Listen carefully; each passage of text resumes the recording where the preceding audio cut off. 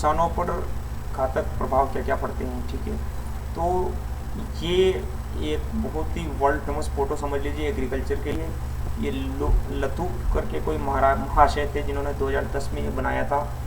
तो मैंने इसे नाम दिया है रसायन सर्प, शुद्ध हिंदी में रसायन सर्प, क्योंकि ये वो सांप हैं जिसे हम अपने सिर पर लाद कर, अपनी पीठ पर लाद कर अपने खेत में डालते हैं, लेकिन ये सोच के कि हमें फ़ायदा देगा, लेकिन अल्टीमेटली वास्तविकता में ये वो स्लो पॉइज़न हमें देता है जिसका हम सोच भी नहीं सकते और फाइनली हमारी मौत होती है।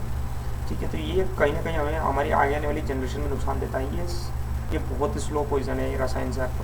तो किसान भाइयों, इस रसायन सर्प को दिमाग में उतार लीजिए, इसकी फ़ोटो चिपका लीजिए अपने घर में। ये बहुत ही डेंजरस चीज़ है, जहाँ पर आपके रसायन रखे हो वहाँ पर इसकी एक फ़ोटो चिपका लीजिए। तो अगली बार आप जब भी केमिकल का इस्तेमाल करोगे, आप एक बार सोचोगे कि कितना इस्तेमाल करना है, कहाँ इस्तेमाल करना है, नहीं करना है तो क्यों नहीं करना है। आप सारी चीज़ें याद रखो, इसकी फ़ोटो जरूर रखिए अपने पास।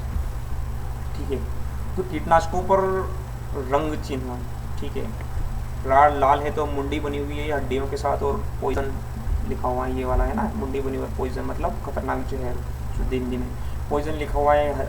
पीले कलर का होता है तो जहर, मतलब जो डब्बे होते हैं उनके पीछे एक निशान होगा, आपने कभी देखा होगा थैली जो होती है केमिकल पेस्टिसाइड वगैरह की, तो उसमें ये निशान होते हैं। इस पर आप ज़्यादा ध्यान दीजिएगा हमेशा। क्यों होता है, इसका मतलब होता है कि ये बहुत ही ज़्यादा खतरनाक जहर है, इसको तो शरीर में गया मतलब पक्का नुकसान करेगा। ये इससे थोड़ा सा कम खतरनाक है लेकिन जहर है। फिर ये ब्लू है मतलब डेंजर, मतलब खतरा है भैया, यूज़ करोगे तो कुछ भी गड़बड़ हो सकती है। उसके बाद ये सावधान, मतलब इससे सावधान रहने की ज़रूरत है। बहुत ज़्यादा नुकसान नहीं करेगा लेकिन नुकसान कर सकता है, चक्कर आना, उल्टियाँ होना, दस्त लगना या फिर आंखें जलना, चमड़ी जलना वगैरह वगैरह, है ना।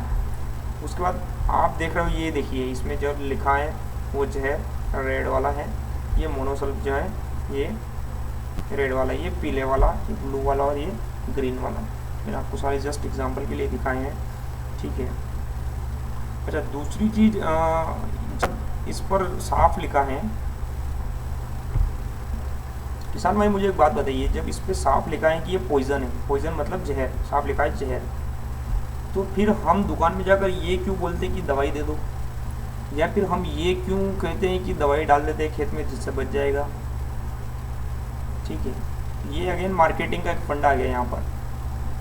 मैंने कहा था ना आपको बहुत सारी चीज़ें शायद इनकम्प्लीट पता है, ये तो आपको पता भी नहीं होगी, मैं जहाँ तक मैं जानता हूँ। ये जहर हैं तो हम इसे जहर क्यों नहीं कहते, इसे दवाई का नाम क्यों दिया गया, इसे हमें दवाई बोलकर क्यों बताया गया। तो फिर मैं आपको दवाई और जहर में फ़र्क बता देता हूँ किसान भाइयों।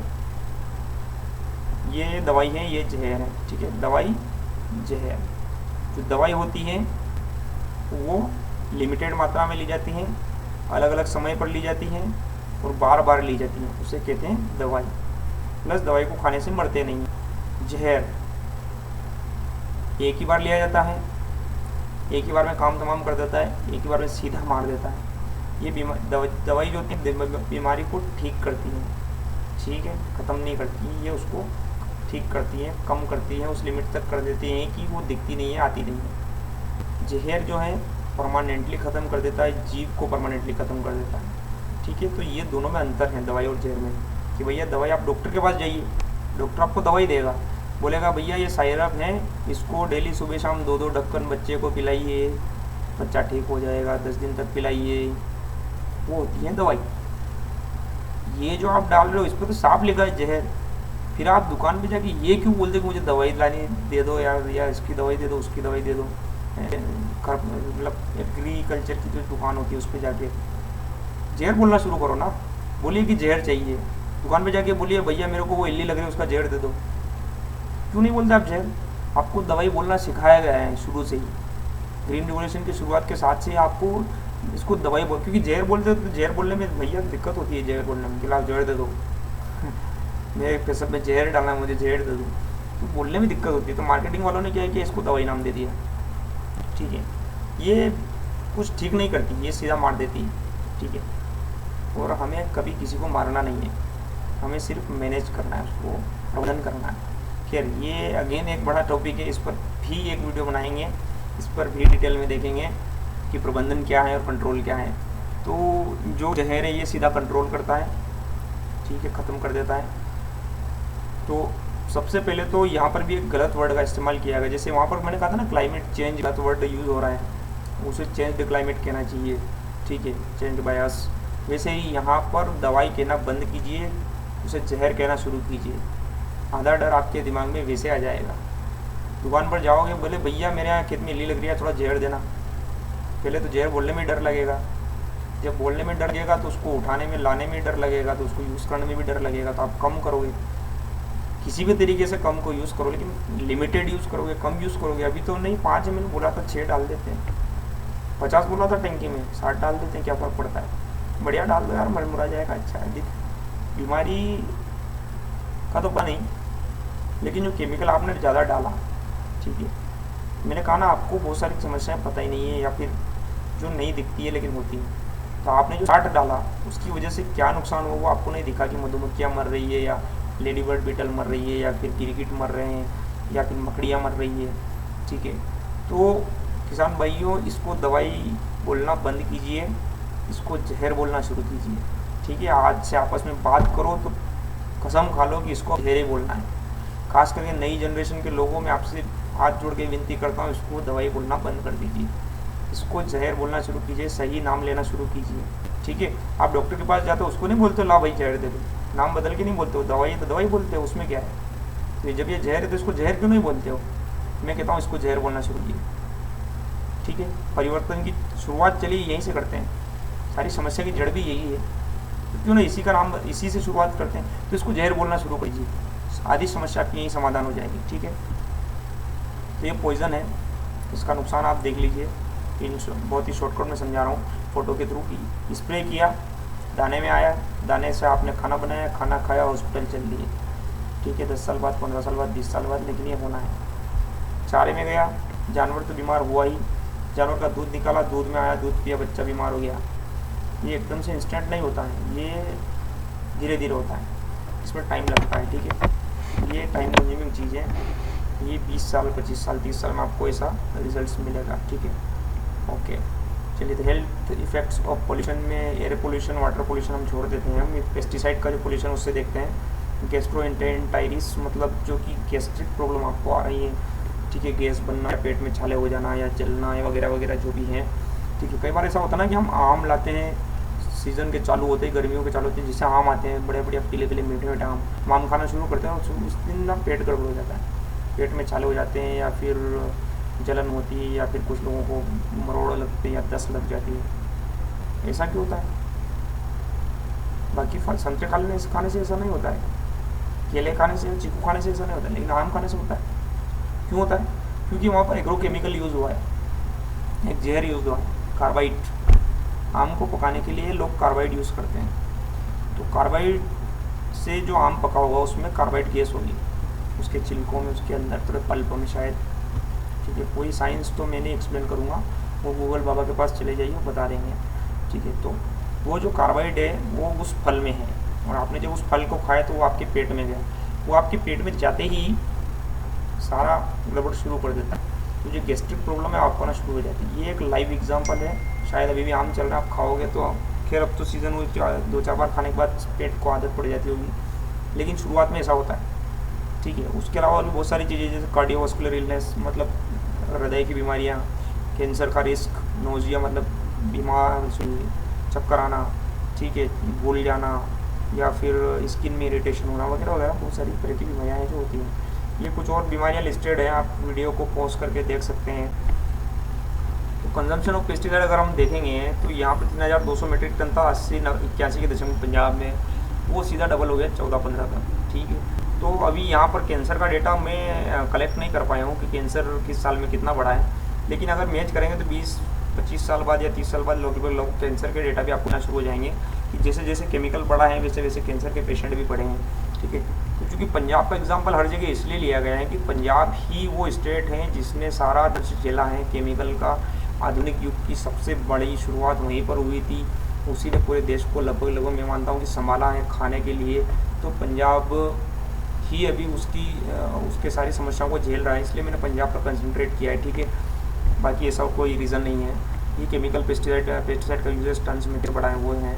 तो पंजाब से खास करके डिटेल में अगर देखेंगे हम, तो पंजाब से एक कैंसर ट्रेन चलती है बठिंडा से बीकानेर, राजस्थान के बीकानेर एक कैंसर ट्रेन चलती है। ठीक है, अब अजीब बात है ना, कैंसर ट्रेन चलती है भैया, express, Yamuna express, link express और देहरादून एक्सप्रेस और सुपर फास्ट मेल एक्सप्रेस और ऐसी ऐसी ट्रेनें चलती है। ये कैंसर एक्सप्रेस क्या होता है पंजाब में? कैंसर ट्रेन क्या होता है? मैं आपको बता दूं, पंजाब में केमिकल का यूज़ इतना ज़्यादा हो चुका था कि वहाँ की जो 60-70 के दशक की, जो 80 के दशक की जो पैदाइश जो लोग थे, ठीक है, उनके शरीर में केमिकल कम आया। जो 90 के दशक के लोग पैदा होना शुरू हुए तो उनके शरीर में कम उम्र में ही कैंसर होना शुरू हो गया, क्योंकि उनके शरीर में केमिकल इतना ज़्यादा जम गया। वो जो कुछ खाते थे उसमें केमिकल होता था।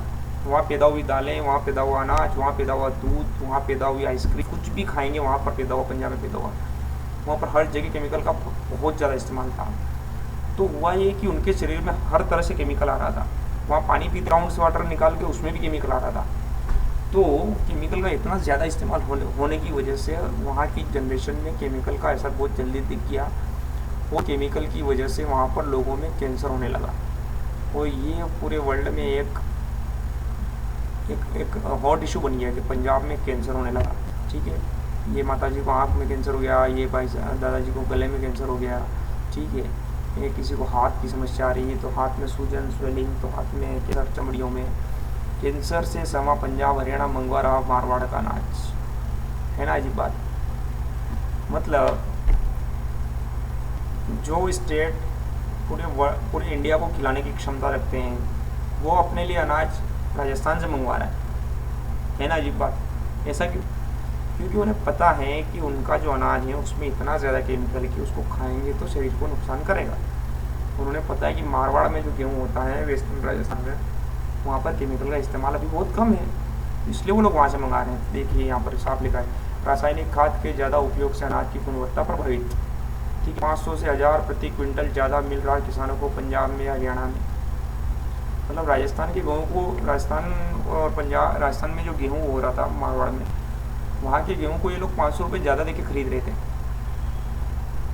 ठीक है, और राजस्थान में लोग जैविक खेती कर रहे थे, जैविक खेती वालों को फ़ायदा मिल रहा था। ठीक है, तो ये लोग पंजाब में गेहूँ भेज रहे थे खाने के लिए। तो अब तो आप समझ जाइए कि केमिकल का इस्तेमाल करने से क्या नुकसान होता है। ठीक है, ये एक एबीपी न्यूज़ की एक कटिंग है जिसमें पंजाब में 1 लाख आबादी में 211 लोगों की कैंसर से मौत, कैंसर के मरीज हर 1 लाख में 211 लोग। पंजाब की पॉपुलेशन कितनी है उसके हिसाब से निकाल लीजिए, आपको पता चल जाएगा कितने हज़ार लोग वहाँ पर, 20,000, 25,000, 30,000 लोग कितने हैं कैंसर से पीड़ित हैं। पंजाब पर घर का असर ये क्या है, पंजाब पर कैंसर का कहर। बठिंडा में 942 case, Firozpur 473 case, Muktsar 667 case, Barnala 679 case, जिले नीमच में कितने केस हैं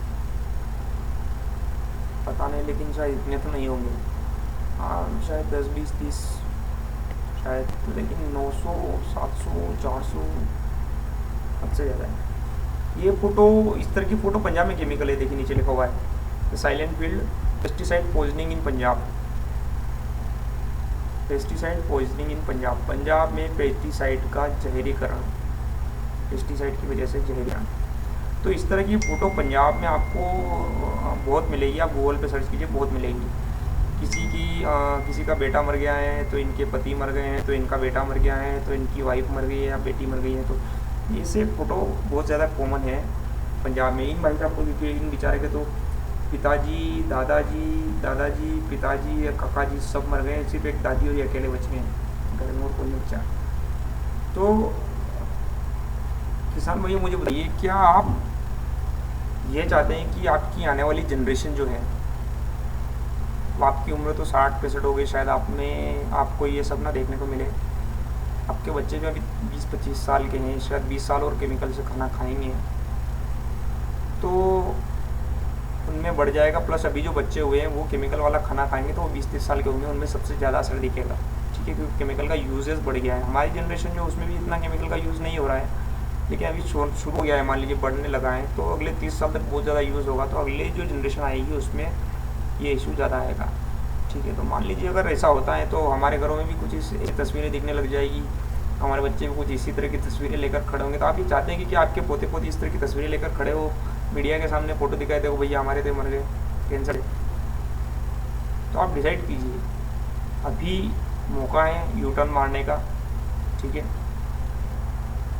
इस खाई, जो केमिकल एग्रीकल्चर वाली जो खाई है ना, इसमें अगर आप गिर गए तो निकलना पॉसिबल नहीं। पंजाब में लोग ज़मीनें बेच कर राजस्थान में जाके खरीद रहे हैं, वहाँ खेती कर रहे हैं, केमिकल रहित खेती। मैं बाड़मेर जैसलमेर में काम करता था, मैं मोहनगढ़ गया था। मोहनगढ़ में मुझे किसान मिले थे जो कि पंजाब से थे, सॉरी हरियाणा से थे। वहाँ पर भी उनके यहाँ भी कुछ ऐसा ही सिनेरियो था। उन्होंने कहा कि हमारी ज़मीनें केमिकल यूज़ करने की वजह से बहुत ज़्यादा ख़राब हो गई हैं, वो फायदा नहीं दे रही है, इसलिए हम उन्हें जंगल की तरह छोड़कर अपना गांव, अपना संस्कृति, अपने लोग, अपने रिश्तेदार नातेदार सब कुछ छोड़कर हम यहाँ आए हैं, यहाँ घर बसाया है, थोड़ी सी ज़मीन खरीदी और अब जैविक खेती करके खा रहे हैं और बचे हुए हैं। मतलब मैं नहीं सोच सकता, मैं जॉब छोड़कर गांव आया हूँ क्योंकि मुझे अपने गांव से प्यार है, अपने लोग चाहिए, अपने गांव चाहिए, अपना माहौल चाहिए, ठीक है। सबको पसंद होता है अपना, ठीक है। तो क्या आप ये चाहते हैं कि आपके बच्चे थोड़े सालों बाद ज़मीनें छोड़कर, गांव छोड़कर बाहर जाए और वहाँ रहे और इस तरीके से जीवन गुजारे? आप सोच भी नहीं सकते हैं, ठीक है। अभी यहाँ पर किसी को कुछ हुआ नहीं है तो लग रहा है, कह रहे क्या फ़र्क पड़ता है, 10 साल बाद बहुत ज़्यादा फ़र्क पड़ता है, ठीक है। मुझे नहीं पता आप लोग कितना जानते हैं इस बारे में, लेकिन एक बार गूगल कर लीजिए। डेली यूट्यूब पर बैठकर आप वीडियो देखते हो, मूवी देखते हो, ये खबर थी कि क्या फ़र्क पड़ता है एक न्यूज़ देखने से? क्या है उसमें डेली? हाँ, कोरोना के कितने पेशेंट, आज इतने पेशेंट, आज इतने, मुंबई में 4 पेशेंट बढ़े, आपको क्या पड़ना उससे? आपको क्या, बढ़ गए तो बढ़ गए, डेली बढ़ रहे हो तो आप क्या कर सकते हो? कुछ नहीं कर सकते। क्यों ना वो न्यूज़ देखो जो जिसमें आप कुछ कर सकते हो। जाइए गूगल पर सर्च कीजिए, एग्रोकेमिकल का एडिक्शन क्या होता है, उससे क्या होता है, उसमें जाने के बाद लोगों की क्या हालत होती है, पंजाब में क्या चल रहा है, पता कीजिए। थोड़ा काम की बात ही पता कर लीजिए, ठीक है। इंटरटेनमेंट तो ज़िंदगी भर करना ही है, वो तो कर ही रहे और करते रहोगे, लेकिन पिक्चर नहीं देखें क्या फ़र्क पड़ता है। एक दिन थोड़े काम की बात पता कर लेते हैं जीवन में, क्यों ना एक दिन इंटरटेनमेंट, थोड़ा लाइफ से रिलेटेड इन्फॉर्मेशन लेने में इंटरटेनमेंट कर लेते हैं। हफ्ते में एक दिन ये कर लिया कीजिए, चलिए, डेली मत कीजिए। 7 दिन में एक दिन मूवी मत देखिए शाम को। एक दिन आप यूट्यूब पे बैठकर या गूगल बाबा के साथ बैठकर ये जानकारियाँ निकालिए कि केमिकल एग्रीकल्चर से क्या क्या नुकसान है, क्या क्या होते हैं, क्या क्या हो चुके हैं, क्या डेटा है, वर्ल्ड में पानी की क्या स्थिति है, वर्चुअल वाटर क्या है, खेती में कैसे कैसे बदलाव आ रहे हैं। एक दिन कर लीजिए, सप्ताह में एक दिन, पता चल जाएगा आपको क्या हो रहा है, क्या नहीं हो रहा है, ठीक है। खैर, वो आपका पर्सनल मैटर है। केरला में बताता हूँ आपको स्टोरी। केरला में कासारगोद में काजू के जंगल है, बागान है, वहाँ पर गवर्नमेंट ने हेलीकॉप्टर से स्प्रे किया। ये बात तो सत्यव्रत में आमिर खान ने बताई थी, ठीक है। तो ये तो ओपन फ्रंट न्यूज़ है, तो है ना, पब्लिक डोमेन में है ये सब तरह की फ़ोटोज़।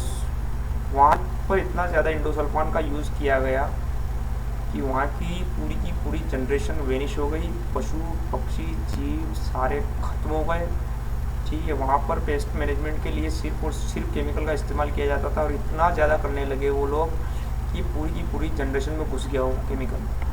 पूरी जनरेशन ऐसी होगी, इंडोसल्फान बेबी जिसे नाम दिया गया है, ठीक है। तो ये फ़ोटोज़ आपको उस एरिया में कॉमन मिलेंगे, ठीक है। ये आँखों का चला जाना या शरीर का टेढ़ा हो जाना, दिमाग विकसित नहीं हो पाना, या फिर शरीर का आड़ा तिरछा हो जाना, दिमाग का बहुत बड़ा बढ़ जाना एलियंस की तरह, मतलब कुछ तो भी है इशू। हाथों का छोटा हो जाना, हाथों का मेंढक की तरह हो जाना, ठीक है, पाँव का उल्टा मुड़ जाना, तो ये सब समस्याएं आने लगी हैं।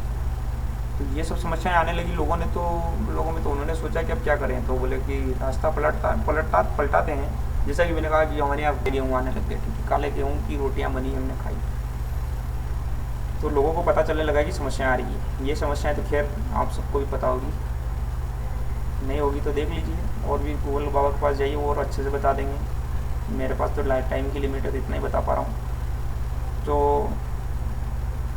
हमें समझ में आने लगा कि समस्याएं आ रही है, तो हमने क्या किया कि थोड़ा सा यूटर्न मारा, सोचा देसी पर आते हैं, ऑर्गेनिक करते हैं, ठीक है। काले गेहूँ आ रहे हैं, हम लोग शायद वेस्ट डिकम्पोजर का इस्तेमाल करने लगे हैं, तो थोड़ी अवेयरनेस तो आई है। लेकिन क्या इतनी स्लो अवेयरनेस कोई बदलाव ला सकती है? इतनी स्लो नहीं ला सकती। ठीक है, गवर्नमेंट भी प्रोग्राम चला रही है, कृषि दर्शन, वो सॉरी किसान चैनल पर जैविक खेती के बारे में अमिताभ बच्चन जी की आवाज़ में, अमिताभ बच्चन जी की आवाज़ में बहुत सारा वो पुतला बन के वो बोलते हैं, किसान को बोलते हैं दवाई मत डालो, जैविक पैदा करो, पशु पक्षियों को मैं भगा दूंगा, बीमारियों को कैसे भगाऊंगा, रसायन को कैसे भगाऊंगा ना। किसान चैनल देखा कीजिए तो उसमें बहुत सारी चीज़ें आपको पता चलेगी चल क्या रहा है। फिलहाल तो ये हमारा ये चलता है कि चौपाटी पर बैठकर सिर्फ यूट्यूब पे या तो न्यूज़ देखना है या फिर मूवी देखना है या फिर गाने देखना है वगैरह वगैरह, टाइम पास। किसान हो, किसान बनो, घंटा भर कभी कभार काम की चीज़ें देख लिया करो, काम आएगा। ठीक है, तो हम लोगों ने यू टर्न मारना शुरू किया कि हम जैविक करते हैं, लेकिन हम जिस स्पीड से कर रहे हैं वो हद से ज़्यादा स्लो स्पीड है। उस स्पीड से आप करोगे तो बच नहीं पाओगे, सीधी सी बात है। ठीक है ना, मतलब यूँ समझ लीजिए कि आप घाटी से उतर रहे हो, वहाँ से यू टर्न मार रहे हो, तो स्लो यू टर्न मारोगे तो गाड़ी सामने रह के खाई में ही गिरनी हो। तो कोशिश की आपने पलटने की, लेकिन वो कोशिश नाकाफ़ी है, वो काफ़ी नहीं है। ठीक है, तो आपको स्पीड से यू टर्न मारना पड़ेगा। ठीक है दोस्तों, खास करके युवा किसानों के लिए मैं बोल रहा हूँ, आप लोगों को स्पीड से यू टर्न मारना होगा, केमिकल एग्रीकल्चर को छोड़कर जैविक की तरफ बढ़ना होगा। लेकिन जैविक में कैसे बढ़ना होगा, उसमें क्या करना होगा उसके लिए, और आगे क्या क्या करना होगा, वो बहुत सारी बातें इंटरनेट पर सब कुछ अवेलेबल है, आप वहाँ से ले सकते हो। बहुत सारे किसान चैनल है यूट्यूब पर, उनको सब्सक्राइब करके उनसे सीख सकते हो। ठीक है, उसके अलावा हमारे गांव में सुरेंद्र जी खेती कर रहे हैं, जैविक खेती, आप उनसे सीख सकते हो, वो बहुत अच्छा जानते हैं जैविक खेती के बारे में, उनका खेत जैविक भी हो भी चुका है और वो कर भी रहे हैं, तो आप उनसे सीख सकते हो। उसके अलावा बस हमें स्पीड बढ़ाओगी, ये स्पीड काफ़ी नहीं है, बहुत स्लो स्पीड है। हमें इकट्ठा होना होगा और स्पीड बढ़ानी होगी। ठीक है दोस्तों, एपीओ बनाइए, ग्रुप बनाइए, कुछ भी कीजिए, लेकिन स्पीड बढ़ाइए। ये यू टर्न मारने के लिए इतनी स्पीड काफ़ी नहीं है। घाटी से उतरते टाइम अगर धीरे स्पीड में यू टर्न मारोगे तो गाड़ी जाके खाई में ही गिरेगी। एक बार फिर बता देता हूँ, रसायन की खाड़ी में कूदे हुए हो, यू टर्न मारना है, जल्दी मार लो, पास मार लो। ठीक है, तो जैसा कि मैंने बताया कि हमने कुछ सीखा और हमने कोशिश की, तो आखिर में आकर हम इंसान ने क्या किया है कि मानव ने आधुनिक तरीके से समाधान खोजना शुरू किया। जो आधुनिक का कीड़ा हमको लगा हुआ है, जो बिजनेस का कीड़ा इंसानों को लगा हुआ है, तो वो तो जाएगा नहीं, पैसा इन्वॉल्व है। तो इस बिजनेस के कीड़े की वजह से हमने कुछ आधुनिक तरीके से समाधान खोजने शुरू किए। चलो खैर, ये अच्छी बात है कि एटलीस्ट हमने खोजना शुरू किया, ये अच्छी बात है, दैट्स पॉजिटिव। कितना खोजा, क्या खोया, वो एक अलग बात है। फिर जो हमने पाया वो है मृदा स्वास्थ्य सुधारक और कीट प्रबंधन के लिए जैविक उत्पाद, seaweed extract, soil conditioner, organic pesticide, ये ऐसी कुछ चीज़ें आपने मार्केट में देखी होगी, आपके यहाँ भी आई होगी। आप भी सॉइल कंडीशनर भी यूज़ करते हैं, मेरे हमारे खेतों में हुआ है, मुझे याद है। मुझे नहीं पता उसके क्या वैल्यू है, सर्टिफाइड क्या है, सीवीड एक्सट्रैक्ट उसका क्या स्टेटस है वगैरह वगैरह। ठीक है, तो सवाल अब ये उठता है कि जो हमने पाया है, क्या ये उस यूटर्न को मारने के लिए काफ़ी है? ठीक है, ठीक है, एक तो ये हो गया। दूसरा, हमने और भी कुछ टेक्निकल इनोवेशन किए, poly house, hydroponics, aeroponics, vertical farming, precision farming. Hydroponics मतलब मैंने कहा था जैसे कि पानी के पाइप लगाना, उसमें न्यूट्रिएंट्स वाला पानी चलेगा, उसमें खेती करना। प्रिसीशन फार्मिंग मतलब सैटेलाइट का इस्तेमाल करके पता करना कि आपके खेत में कहाँ पर कितनी नाइट्रोजन है, तो कहाँ पर कितना नाइट्रोजन देना है, कितना नहीं देना है। ठीक है, फिर वर्टिकल फार्मिंग मतलब एक ही बड़ा इसे शेड बना के मंजिलों में खेती करना, पाइप लगा के, यही पाइप खेतों में लगा के यहाँ पर प्लेटें लगा के उनमें पानी चलाना और उसमें खेती करना वगैरह वगैरह आया। ठीक है, तो अब सवाल ये उठता है कि जो हमने सॉल्यूशन निकाले, ये seed extract, soil conditioner, organic pesticide वगैरह, हाइड्रोपोनिक्स, एरोपोनिक्स, वर्टिकल फार्मिंग वगैरह सब, तो इन सबसे भले ही हमें गुणवत्ता मिलती हो, ध्यान से समझिएगा इस चीज़ को, कि इन सबसे हमें भले ही अच्छी गुणवत्ता वाला खाना मिलता हो, लेकिन क्या वो लागत प्रभावी है और क्या वो पर्याप्त मात्रा में है जो कि बढ़ती हुई आबादी को खिला सके। अब यहाँ पर 3 शब्द हाईलाइटेड हैं, गुणवत्ता, लागत प्रभावी और पर्याप्त मात्रा। तीनों शब्द बहुत इम्पोर्टेंट हैं, ठीक है। अब ये जो पिछली स्लाइड पे जो थे वो सीड एक्सट्रैक्ट, ऑर्गेनिक मैन्योर या सॉइल कंडीशनर और ऑर्गेनिक पेस्टिसाइड वगैरह, तो क्या वो लागत प्रभावी है, क्या वो पर्याप्त मात्रा में उतना खाना पैदा दे सकते हैं, क्या वो पर्याप्त पेस्ट मैनेजमेंट कर सकते हैं, क्या वो पर्याप्त गुणवत्ता दे सकते हैं, ये सारे बहुत बड़े सवाल है फिलहाल, ठीक है। क्योंकि जब मैं जीरे में काम करता था बाड़मेर में, तो वहाँ पर कुछ कंपनी आई थी हमारे पास, तो हमारा ऑर्गेनिक पेस्टिसाइड का और इसका ऑर्गेनिक का पैकेज है जीरे के लिए, तो मैंने पूछा प्राइस क्या है इसकी, तो उन्होंने बताया कि 1 हेक्टेयर में आपको 16,000 का पूरा पैकेज बना के देंगे। वो सॉइल कंडीशनर था, सीवीड एक्सट्रैक्ट था, ऑर्गेनिक पेस्टिसाइड थे, ऑर्गेनिक न्यूट्रिएंट्स मैनेजमेंट के लिए चीज़ें थी, ठीक है। अच्छी बात है, उन्होंने इनोवेशन किया, लेकर आए, बनाया, लेकर आए, सब किया, लेकिन 16,000 पर हेक्टेयर, ठीक है। अब यहाँ पर बात आती लागत की। तो मेरा जो जीरे वाला किसान था वो केमिकल एग्रीकल्चर से जो करता था, उसमें वो पूरे न्यूट्रिएंट मैनेजमेंट, पेस्ट मैनेजमेंट के लिए 6,000-7,000 से ज़्यादा का खर्चा 1 हेक्टेयर में नहीं करता था, मैक्सिमम 10,000 करता होगा, ठीक है। 10,000 में वो जो कर रहा था उसे वो तो मिल रहा था। और वो जो कंपनी वाले थे जो मेरे पास आए थे ऑर्गेनिक वाले, वो कह रहे थे 16,000, और उसमें भी उनको पूरा कॉन्फिडेंस नहीं था कि जो पैदावार अभी किसान को मिल रही है 350 kg पर हेक्टेयर, वो उसको मिल जाएगी। दे वर नॉट 100% कॉन्फिडेंस। मेरा मतलब जब मैंने पूछा कि मुझे वही पैदावार मिल जाएगी, मुझे एश्योरेंस चाहिए कि वो मुझे मिल जाएगी, तो उन्होंने पाँव पीछे हटा लिए, नहीं हम उसकी गारंटी नहीं दे सकते साहब। उन्होंने बात को अलग तरीके से टाला कि क्या पता साहब किसान कुछ और डाले, कैसे करे, क्या है वगैरह वगैरह। उन्होंने जो भी ये रीज़न, लॉजिकल रीजंस बताने की कोशिश की, लेकिन वो कॉन्फिडेंट नहीं थे। तो एक तो कॉस्ट ऑफ कल्टिवेशन बढ़ा रहे हो आप, लागत प्रभावी नहीं है, ठीक है, आगे ये लागत प्रभावी नहीं है। दूसरा, पर्याप्त मात्रा की कोई गारंटी नहीं है, ठीक है। तो मुझे ऐसी गुणवत्ता भी नहीं चाहिए जो कि लागत प्रभावी और नहीं पर्याप्त मात्रा में हो, ठीक है। तो मैंने कहा ना, जो हमने समाधान निकाले हैं, क्या ये समाधान पर्याप्त हैं गुणवत्ता देने के लिए, लागत प्रभावी हैं और पर्याप्त मात्रा में पैदा दे सकते हैं। जहाँ पर ये तीनों चीज़ें फिट हो जाती है जैविक में, वो हमारे लिए बेस्ट है, ठीक है किसान भाइयों।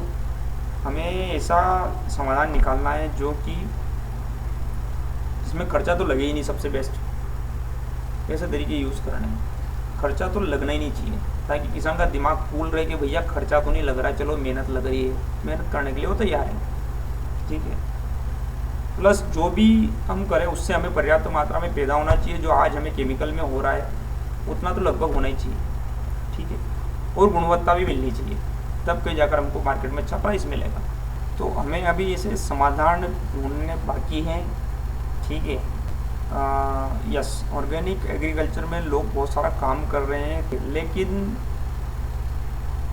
वही बात है कि जो लोग कर रहे हैं क्या वो पर्याप्त मात्रा है, क्या उनके तरीके से पर्याप्त मात्रा में किया जा सकता है, क्या हर किसान को इस चीज़ के लिए कन्विंस किया जा सकता है, ये हमें थोड़ा देखना होगा, ठीक। तो यहाँ पर ये तीनों शब्द बहुत जरूरी है, गुणवत्ता, लागत प्रभावी और पर्याप्त मात्रा में, इन चीज़ों का होना, ठीक है। अब आगे एक सवाल बच गया है, अब आगे क्या भैया, केमिकल एग्रीकल्चर आप यूज़ जो कर रहे हो उससे आपने नुकसान देख लिए, ठीक है। कॉम्पेक्शन, मिट्टी खराब होना, मिट्टी में माता पिता जो जीवाणु मर जाना, और खैर 50 प्रॉब्लम थी, मैंने सारी बता दी जितनी मुझे लगती थी, जो कि जाना ज़रूरी है शायद किसान को, मैं बता चुका हूँ आपको। क्वालिटी ऑफ फूड में डिफरेंस आना, या पोषक तत्वों का ना मिल पाना, या मिट्टी का ख़राब हो जाना, और मित्र कीटों का मर जाना, ओस बायोडाइवर्सिटी का लॉस, ठीक है, नेचुरल पेस्ट मैनेजमेंट का टूट जाना, ठीक है, मैंने सारा कुछ आपको बता दिया है। तो अब आगे सवाल ये बचता है कि भाइयों कि अब आगे क्या।